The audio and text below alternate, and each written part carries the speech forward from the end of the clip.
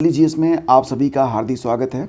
आज का सेशन बहुत ही इम्पोर्टेंट है। इसमें हम पढ़ेंगे भारत का संवैधानिक विकास, यानी कि 1858 से लेकर 1935 तक संविधान के विकास में जो महत्वपूर्ण अधिनियम, एक्ट, चार्टर एक्ट पेश किए गए, उन सभी को करेंगे हम यहाँ पर डिस्कस। तो शुरुआत करेंगे 1858 से। 1858 का जो भारत शासन अधिनियम था, उसके बाद 1861 में भारत परिषद अधिनियम आया था। इसके बाद फिर 1892 का भारत परिषद अधिनियम, देन आफ्टर 1909 का, जिसे आप मार्ले मिंटो सुधार भी कहते हैं, 1909 का भारत परिषद अधिनियम। फिर देखेंगे 1919 का भारत शासन अधिनियम, जिसे आप मॉन्टेग्यू चेम्सफोर्ड सुधार भी कहते हैं। और सबसे अंत में पढ़ेंगे 1935 का भारत शासन अधिनियम। और जैसा कि आप जानते हैं कि भारत के वर्तमान संविधान का प्रमुख स्रोत 1935 का अधिनियम ही माना जाता है। तो ये सारी चीज़ें करेंगे डिस्कस आज के इस अकेले लेक्चर में। तो ये वीडियो बहुत ही इंपॉर्टेंट है। पहली बार है चैनल पर तो सब्सक्राइब कर लीजिएगा और बेल आइकन को प्रेस करना बिल्कुल भी मत भूलिएगा। तो चलिए शुरू करते हैं। सबसे पहले देखेंगे 1858 का भारत शासन अधिनियम। जैसा कि आप लोग जानते हैं कि 1857 की जो क्रांति हुई थी, तो इस क्रांति के बाद भारत में अंग्रेज़ों ने अपनी शासन व्यवस्था में कई महत्वपूर्ण बदलाव किए थे। और इसमें सबसे बड़ा महत्वपूर्ण बदलाव ये हुआ था कि 1857 के विद्रोह के बाद इस अधिनियम को जो पारित किया गया, तो ईस्ट इंडिया कंपनी के शासन को समाप्त कर दिया गया। तो ईस्ट इंडिया कंपनी का जो शासन था उसको यहाँ पर समाप्त कर दिया गया, यानी कि कंपनी का शासन जो था वो समाप्त हो गया। और भारत में अगर देखा जाए तो जो भारत का शासन था वो सीधे महारानी विक्टोरिया के अधीन चला गया था। यानी कि यहाँ पर 1858 में जो भारत शासन अधिनियम आया, उसके द्वारा भारत का शासन सीधे सीधे महारानी विक्टोरिया के अधीन चला गया था। और एक बड़ा बदलाव और भी किया गया था। वो बदलाव ये था कि गवर्नर जनरल का पदनाम बदल दिया गया। गवर्नर जनरल का जो पदनाम था उसको बदलते हुए उसे भारत का वायसराय कर दिया गया। तो आइए देखते हैं 1858 का भारत शासन अधिनियम और चलिए शुरू करते हैं। तो फ्रेंड्स, यहाँ पर हम बात करेंगे सबसे पहले भारत का जो संवैधानिक विकास है उसमें 1858 के अधिनियम के बारे में। तो ईस्ट इंडिया कंपनी को समाप्त कर गवर्नरों, क्षेत्रों और राजस्व संबंधी शक्तियाँ जो थी वो ब्रिटिश राजशाही को सौंप दी गई थी। तो एक बहुत ही बड़ा बदलाव यहाँ पर किया गया था कि ईस्ट इंडिया कंपनी का जो शासन था उसको समाप्त कर दिया गया था 1858 के भारत शासन अधिनियम में। इसके बाद फ्रेंड्स, भारत का शासन सीधे सीधे महारानी विक्टोरिया के अधीन चला गया। गवर्नर जनरल जो पद नाम था इसको बदल दिया गया और गवर्नर जनरल को अब भारत का वायसराय कहा जाने लगा था। और एक तरीके से ये देखा जाए तो भारत का जो वायसराय था वो भारत में ब्रिटिश ताज का प्रत्यक्ष प्रतिनिधि माना गया था। जैसे होते हैं ना कि लोग अपनी जगह पर किसी को शासन करने किसी प्रांत पर, तो जो सूबेदार वगैरह होते थे, बिल्कुल उसी प्रकार की शक्तियाँ यहाँ पर भारत के वायसराय को मिल गई थी कि वो ब्रिटिश क्राउन के अधीन काम करेगा, लेकिन वो एक तरीके से सीधे सीधे भारत का राजा ही माना जाएगा और उसे ब्रिटिश ताज का प्रत्यक्ष प्रतिनिधि घोषित कर दिया गया। ध्यान दीजिएगा कि लॉर्ड कैनिंग जो थे ये भारत के पहले वायसराय थे। लॉर्ड कैनिंग, ये नाम याद रखिएगा। कभी कभी एग्ज़ाम में ये प्रश्न भी पूछा जाता है कि जब 1857 की क्रांति हुई तो उस समय गवर्नर जनरल कौन था। तो याद रखिएगा कि जब 1857 की क्रांति हुई थी तो गवर्नर जनरल यही थे, लॉर्ड कैनिंग। साथ ही साथ फ्रेंड्स, यहाँ पर जो कोर्ट ऑफ डायरेक्टर्स और बोर्ड ऑफ कंट्रोल था इनको भी समाप्त कर दिया गया। और ये जो कोर्ट ऑफ डायरेक्टर्स और बोर्ड ऑफ कंट्रोल थे, इनको समाप्त करके इनके जो अधिकार थे वो ब्रिटिश मंत्रिमंडल के एक सदस्य को सौंप दिए गए थे। ठीक है। और ब्रिटिश मंत्रिमंडल के जिस सदस्य को कोर्ट ऑफ डायरेक्टर्स और बोर्ड ऑफ कंट्रोल के अधिकार को सौंपा गया उसे नाम दिया गया था, क्या नाम दिया गया था, ध्यान से देखिएगा यहाँ पर, ये बहुत ही इंपॉर्टेंट है एग्ज़ाम के लिए। भारत राज्य सचिव, secretary of state of India कहा गया। यह वह व्यक्ति होता था जिसे कोर्ट ऑफ डायरेक्टर्स और बोर्ड ऑफ कंट्रोल का अधिकार प्राप्त था, भारत का राज्य सचिव। और जो भारत का राज्य सचिव बनाया गया उसकी सहायता के लिए 15 सदस्यीय भारत परिषद का गठन किया गया, जिसके सदस्यों का वेतन भारतीय राजस्व से दिया जाना था। मतलब इसमें जो भारत राज्य सचिव होगा उसका भी वेतन और सदस्यों का भी वेतन, सभी का वेतन जो था वो भारतीय राजस्व से दिया जाना यहाँ पर सुनिश्चित किया गया। भारत सचिव की परिषद एक निगमित निकाय थी जिसे भारत और इंग्लैंड में मुकदमा करने का अधिकार था, इस पर भी मुकदमा हो सकता था। तो इसी ये जो सारे प्रावधान थे ये 1858 के भारत शासन अधिनियम में किए गए। इसके बाद आगे कई वर्षों तक यही जो कानून था भारत में चलता रहा था। फिर आगे चलकर 1861 में एक और नया चार्टर एक्ट यानी कि भारत परिषद अधिनियम यहाँ पर लाया गया और उसकी जो मुख्य बातें हैं आइए उसको भी देखते हैं। 1861 का भारत परिषद अधिनियम। तो देखो फ्रेंड्स, भारत सरकार में मंत्रिमंडलीय व्यवस्था की नींव रखी गई। एग्ज़ाम में कई बार पूछा जाता है कि किस संवैधानिक शासन अधिनियम या फिर चार्टर एक्ट के तहत भारत में मंत्रिमंडलीय व्यवस्था की नींव रखी गई। तो याद रखिएगा कि ये 1861 का भारत परिषद अधिनियम था जिसके तहत भारत सरकार में मंत्रिमंडलीय व्यवस्था की नींव रखी गई थी। कार्यकारी सदस्यों की संख्या जो थी, जो पहले 4 होती थी उसको बढ़ाकर 5 कर दिया गया। इन 5 सदस्यों में 3 सदस्य ऐसे होते थे जो प्रशासनिक सेवा से संबंधित होते थे और इनके पास 10 साल का एक्सपीरियंस होता था, 10 ईयर, और 2 सदस्य ऐसे होते थे जिनमें से किसी एक को विधि संबंधी अनुभव होता था, कम से कम 5 साल का अनुभव इनके लिए मस्ट होता था। तो इस प्रकार से 5 सदस्य यहाँ पर नियुक्त किए गए थे कार्यकारी सदस्यों में। पहले ये 4 होते थे, बाद में इनको बढ़ा के 1861 भारत परिषद अधिनियम में 5 कर दिया गया। वायसराय की विधान परिषद में न्यूनतम 6 और अधिकतम 12 अतिरिक्त मनोनीत सदस्यों का प्रावधान भी किया गया था। ये ध्यान रखिएगा कि यहाँ पर जो न्यूनतम 6 और अधिकतम 12 अतिरिक्त मनोनीत सदस्यों का प्रावधान किया गया था उनमें कम से कम आधे सदस्यों का गैर सरकारी होना आवश्यक था, किंतु इनकी शक्तियाँ विधि निर्माण तक ही सीमित होती थी। ठीक है, इसके बाद फ्रेंड्स आगे बढ़ते हैं। अगला बिंदु है कि 1862 में लॉर्ड कैनिंग ने 3 भारतीयों को, बनारस के राजा को, पटियाला के महाराजा को और सर दिनकर राव को विधान परिषद में मनोनीत किया था। तो एग्ज़ाम में भी पूछा जाता है कि लॉर्ड कैनिंग ने 1862 में कितने भारतीयों को विधान परिषद में मनोनीत किया था। तो 3, और अगर नाम आ जाए तो याद रखिएगा बनारस और पटियाला के राजा और सर दिनकर राव को। वायसराय को विशेषाधिकार व आपात स्थिति में अध्यादेश जारी करने का अधिकार दिया गया, यानी कि एक तरीके से यहाँ पर वायसराय ही सर्वे सर्वा था, उसको सभी प्रकार के विशेषाधिकार दिए गए थे और अगर कोई इमरजेंसी होती थी तो वो एक मतलब अध्यादेश भी लागू कर सकता था, जारी कर सकता था। लॉर्ड कैनिंग ने भारतीय शासन में पहली बार संविभागीय प्रणाली यानी कि पोर्टफोलियो सिस्टम की शुरुआत की थी और इस अधिनियम ने बम्बई और मद्रास प्रेसिडेंसियों को कानून बनाने की शक्ति वापस देकर विकेंद्रीकरण की प्रक्रिया की शुरुआत कर दी। तो ध्यान रखिएगा कि विकेंद्रीकरण की जो प्रक्रिया थी ये 1861 के भारत परिषद अधिनियम के अंतर्गत ही शुरू की गई थी। फ्रेंड्स इसके बाद आगे बढ़ते हैं, फिर देखेंगे 1892 का भारत परिषद अधिनियम। ये अधिनियम भी काफ़ी इम्पोर्टेंट है। और इसके बाद जो 1909 का मार्ले मिंटो सुधार है, साथ ही साथ 1919 का मॉन्टेग्यू चेम्सफोर्ड अधिनियम है, यानी कि मॉन्टेग्यू चेम्सफोर्ड सुधार जिसे भारत शासन अधिनियम 1919 कहते हैं आप। तो इनमें भी ये जो 1892 का भारत परिषद अधिनियम था इसमें से कई पॉइंट उठाए गए थे, लेकिन इनमें कुछ संशोधन किया गया। जैसे कि इस एक्ट में सबसे महत्वपूर्ण प्रावधान निर्वाचन पद्धति की शुरुआत थी। ध्यान दीजिएगा कि निर्वाचन पद्धति की जो शुरुआत थी वो 1892 के भारत परिषद अधिनियम के अंतर्गत की गई थी। एग्जाम में कई बार ये प्रश्न पूछा भी गया है।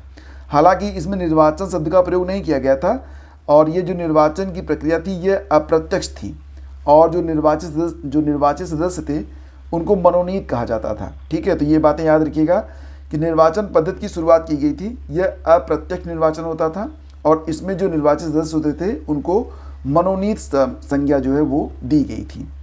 विधानमंडल के सदस्यों के अधिकार 2 क्षेत्रों में बढ़ा दिए गए थे। कौन कौन से अधिकार थे कि बजट में अब विधानमंडल के जो सदस्य होंगे वो अपनी बात रख सकेंगे। दूसरा अधिकार ये था कि सार्वजनिक हित के मामले में 6 दिन पहले सूचना देकर उन्हें प्रश्न पूछने का अधिकार भी प्रदान किया गया था। ठीक है, ये हो गया आपका 1892 का भारत परिषद अधिनियम। दोस्तों इसके बाद आता है आपका भारत शासन अधिनियम 1909। ये बहुत ही इंपॉर्टेंट है, कई बार इस पर प्रश्न एग्जाम में पूछे गए हैं, जिसे आप मार्ले मिंटो सुधार के नाम से जानते हैं। इसमें देखो पहला बिंदु है कि पहली बार भारतीयों को वायसराय और गवर्नरों की कार्यकारी परिषद में शामिल किया गया। एग्जैक्टली आपको याद होगा कि 1892 का जो भारत परिषद अधिनियम आया था, उसके बाद 1905 में बंगाल का विभाजन हुआ था, 1906 में मुस्लिम लीग की स्थापना हुई थी, 1907 में सूरत विभाजन हुआ था। तो इसमें क्या हुआ था कि सूरत विभाजन में जो कांग्रेस थी वो दो दलों में बट गई थी, नरम दल और गरम दल। तो नरम दल को प्रोत्साहन देने के लिए साथ ही साथ यहाँ पर जो मुस्लिम लीग की स्थापना हुई, इससे एक मैसेज ये गया था कि भारतीयों में अब एकता नहीं है, भारतीय आपस में लड़ रहे हैं धर्म के नाम पर। 1905 में जो विभाजन हुआ था उसमें भी यही कार्ड खेला गया था, धर्म और जाति का ही कार्ड खेला गया था, जिसके आधार पर विभाजन किया गया था। तो यहाँ पर क्या हुआ कि जो नरम दल के थे, यानी कि जो सरकार की नीतियों का थोड़ा बहुत समर्थन करते थे, उनको वायसराय और गवर्नरों की कार्यकारी परिषद में शामिल कर लिया गया। ध्यान दीजिएगा, इसी के लिए सत्येंद्र प्रसाद सिन्हा वायसराय की कार्यकारी परिषद में शामिल हुए और ये पहले भारतीय थे जिनको सत्येंद्र प्रसाद सिन्हा की, मतलब जो एक तरीके से कहा जाए कि अंग्रेजी सरकार में शामिल हुए थे। तो सत्येंद्र प्रसाद सिन्हा वायसराय की कार्यकारी परिषद में शामिल होने वाले पहले भारतीय थे। और इस अधिनियम ने केंद्रीय विधान परिषद में सदस्यों की संख्या 16 से बढ़ाकर 60 कर दी। पहले क्या होता था, आपको याद होगा कि जो 1892 का अधिनियम था उसमें केंद्रीय विधान परिषद में जो सदस्यों की संख्या होती थी वो 10 से 16 के बीच में होती थी। ठीक है, अब यहाँ पर ये संख्या बढ़ा दी गई, इसे 16 से 60 कर दिया गया और इस अधिनियम ने विधान परिषद के कार्यों को बढ़ाया। अब सदस्य पूरक प्रश्न भी पूछ सकते थे और बजट पर प्रस्ताव पेश कर सकते थे। हालांकि ये नियम, ये जो मतलब अधिकार थे, ये 1892 में भी प्राप्त थे, लेकिन अब थोड़ा सा इनका विस्तार और कर दिया गया था। इस अधिनियम ने मुस्लिम सदस्यों के लिए अलग निर्वाचन क्षेत्र की अवधारणा पेश की। ये बहुत ही खतरनाक काम किया गया था भारत शासन अधिनियम 1909 के द्वारा पार्लियामेंट्री सुधारों में, कि मुसलमानों के लिए अलग निर्वाचन क्षेत्र की अवधारणा पेश की गई। आगे चलकर यही जो अवधारणा थी वो भारत में विभाजन का मुख्य कारण भी बनी। पाकिस्तान का जन्म यहीं से हुआ। एक तरीके से कहा जाए कि जो पाकिस्तान की अवधारणा थी वो यहीं से जन्म लेती है, पार्लियामेंट्री सुधार 1909 के अंतर्गत। इसके बाद फ्रेंड्स आगे बढ़ते हैं। तो इस अधिनियम ने प्रेसिडेंसी, निगमों, वाणिज्य मंडलों, विश्वविद्यालयों और जमींदारों के अलग अलग प्रतिनिधित्व का भी प्रावधान दिया था। तो मतलब ये था कि एक तरीके से ये समझ गए थे कि जितना अधिक इनको हम अलग अलग कर देंगे, विखंडित कर देंगे, इनकी शक्तियाँ उतनी कम हो जाएंगी और भारत में अंग्रेजी शासन रखना उतना ही आसान हो जाएगा। अब ये जो लॉर्ड मार्ले थे ये उस समय भारत के सचिव थे और लॉर्ड मिंटो तत्कालीन भारत के वायसराय थे, ये भी याद रखिएगा। इन्हीं के नाम पर 1909 का जो ये भारत परिषद अधिनियम है उसे मार्ले मिंटो सुधार के नाम से जाना जाता है। सरकार इन सुधारों के द्वारा नरमपंथियों और मुसलमानों को लालच देकर राष्ट्रवाद के तूफान को रोकना चाहती थी। शासन का उत्तरदायित्व तो एक वर्ग को दिया गया और शक्ति दूसरे वर्ग को, मतलब इनमें बैलेंस नहीं बन पाया। ऐसी परिस्थितियां बनी कि विधानमंडल और कार्यकारिणी के मध्य कड़वाहट बढ़ गई, क्योंकि इसमें क्या था कि उत्तरदायित्व दिया जाता था विधानमंडल को और शक्ति थी कार्यकारिणी के पास। तो ये लोग आपस में काम करते नहीं थे, तो कड़वाहट का बढ़ना स्वाभाविक था। भारतीय परिषद अधिनियम 1909 ने केवल संपत्ति के स्वामित्व और शिक्षा वाले भारतीयों के एक छोटे से अल्पसंख्यक को चुनाव लड़ने का अधिकार प्रदान किया, लेकिन इसका काफ़ी बड़ा प्रभाव हुआ। 1910 में जब विधान परिषद चुनाव हुए तो उसमें पूरे भारत में 135 भारतीयों को प्रतिनिधि चुना गया था। कई बार एग्जाम में प्रश्न पूछा जाता है कि 1910 का जो विधान परिषद चुनाव हुआ था उसमें पूरे भारत में कितने भारतीयों को प्रतिनिधि चुना गया था, तो 135। और देखो ये जो मार्ले मिंटो सुधार थे, इनके बारे में गांधी जी की राय ये थी, क्योंकि यहाँ पर मुस्लिमों को पृथक निर्वाचन का अधिकार दे दिया गया और एक तरीके से भारतीयों को बांटने का काम किया गया। तो गांधी जी ने कहा कि मार्ले मिंटो सुधारों ने हमारा सर्वनाश कर दिया और उनकी बात जो थी वो आगे चलकर सच साबित हुई जब भारत में बंटवारा हो गया। फ्रेंड्स, इसके बाद आगे बढ़ते हैं, बात करेंगे मॉन्टेग्यू चेम्सफोर्ड सुधार के बारे में, जिसे आप भारत शासन अधिनियम 1919 के नाम से जानते हैं। ये बहुत ही इंपॉर्टेंट है।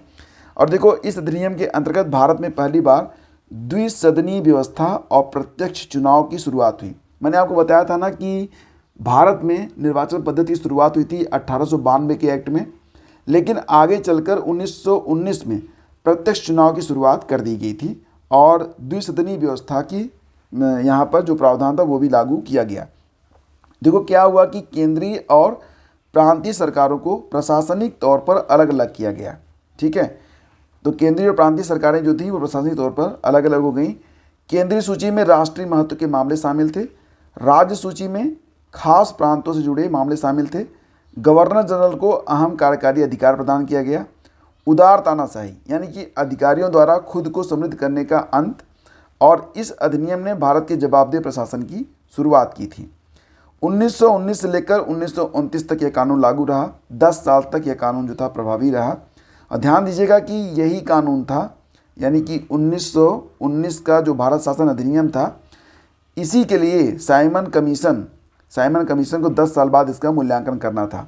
और यह अधिनियम तत्कालीन भारत सचिव एडविन मॉन्टेग्यू और 1916 से 1921 के बीच भारत के वायसराय रहे लॉर्ड चेम्सफोर्ड की रिपोर्ट पर आधारित था। ठीक है, तो ये जो एडविन मॉन्टेग्यू थे और लॉर्ड चेम्सफोर्ड थे, इन्हीं के नाम पर इसे मॉन्टेग्यू चेम्सफोर्ड सुधार भी कहा जाता है। ये 1921 में लागू हुआ था, ये भी ध्यान रखना। इसका जो प्राथमिक लक्ष्य था वो ये था कि भारत में सरकार में भारतीयों की भागीदारी को बढ़ाना। और द्वैध शासन का अर्थ ये होता है कि राज्यों में 2 सरकारें होंगी कि उसमें केवल एक जिम्मेदार होगी। ठीक है, और विषयों को केंद्रीय विषयों और प्रांतीय या राज्य विषयों में विभाजित किया गया। तो जो यहाँ पर टॉपिक होते थे उनको केंद्रीय और प्रांतीय, ये 2 टॉपिक थे, सब टॉपिक, जिनमें इनको बांटा गया। तो विधायी विषयों को 2 श्रेणियों में विभाजित किया गया था। एक तो आरक्षित होते थे, जिसमें कानून और व्यवस्था, वित्त, भूमि, राजस्व, सिंचाई आदि शामिल होते थे।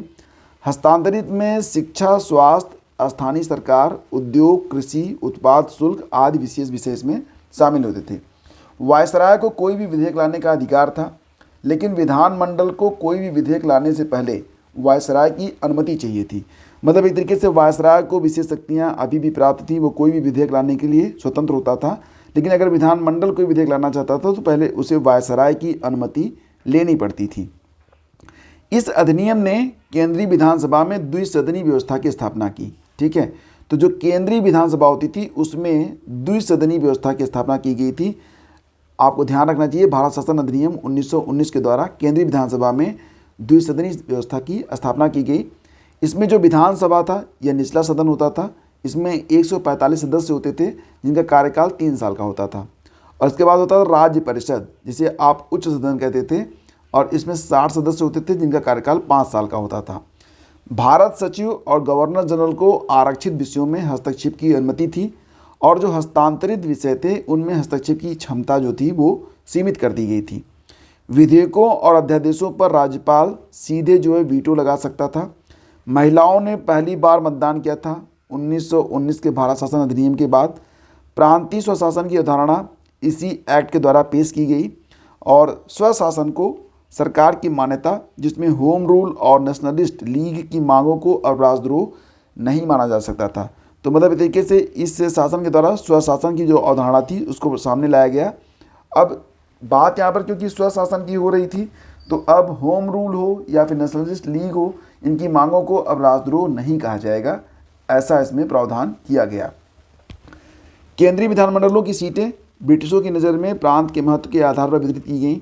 यानी कि यहाँ पर जो केंद्रीय विधानमंडल की सीटें होती थी वो ब्रिटिशों की नज़र में जो प्रांत महत्वपूर्ण होते थे वहाँ से ज़्यादा सीटें, और जो कम महत्वपूर्ण होते थे वहाँ से कम सीटें यहाँ पर ली गई। जनसंख्या को आधार नहीं बनाया गया।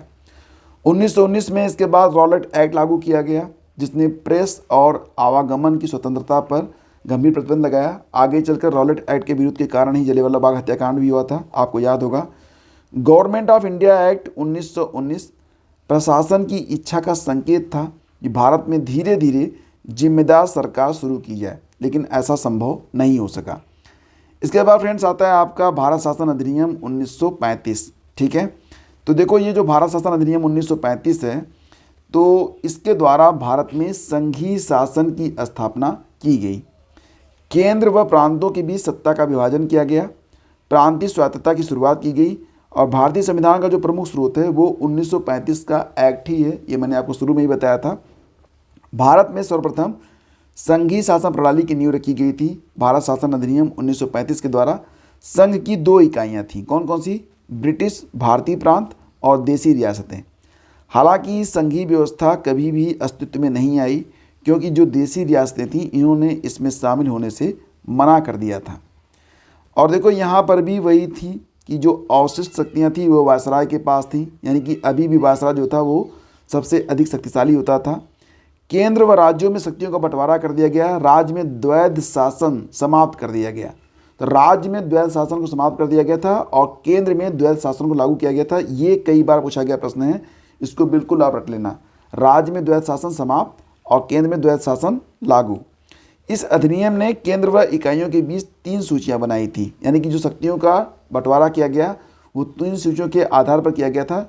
और ये सूचियां थी संघीय सूची, इसमें 59 विषय थे, राज्य सूची इसमें 54 विषय थे और समवर्ती सूची इसमें 36 विषय थे।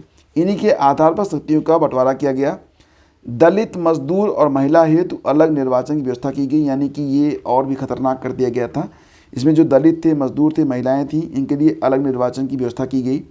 भारत शासन अधिनियम 1858 द्वारा लागू भारत सचिव की परिषद को समाप्त कर दिया गया और मताधिकार का जो विस्तार था वो किया गया। रिजर्व बैंक ऑफ इंडिया की स्थापना हुई। वर्मा को भारत से अलग कर दिया गया था, यानी कि म्यांमार जिसे आप कहते हैं, ये 1937 में ही भारत से अलग कर दिया गया था। संघ लोक सेवा आयोग, प्रांतीय लोक सेवा आयोग तथा 2 या अधिक राज्यों के लिए संयुक्त सेवा आयोग की स्थापना की गई और 1937 में संघीय न्यायालय की स्थापना हुई।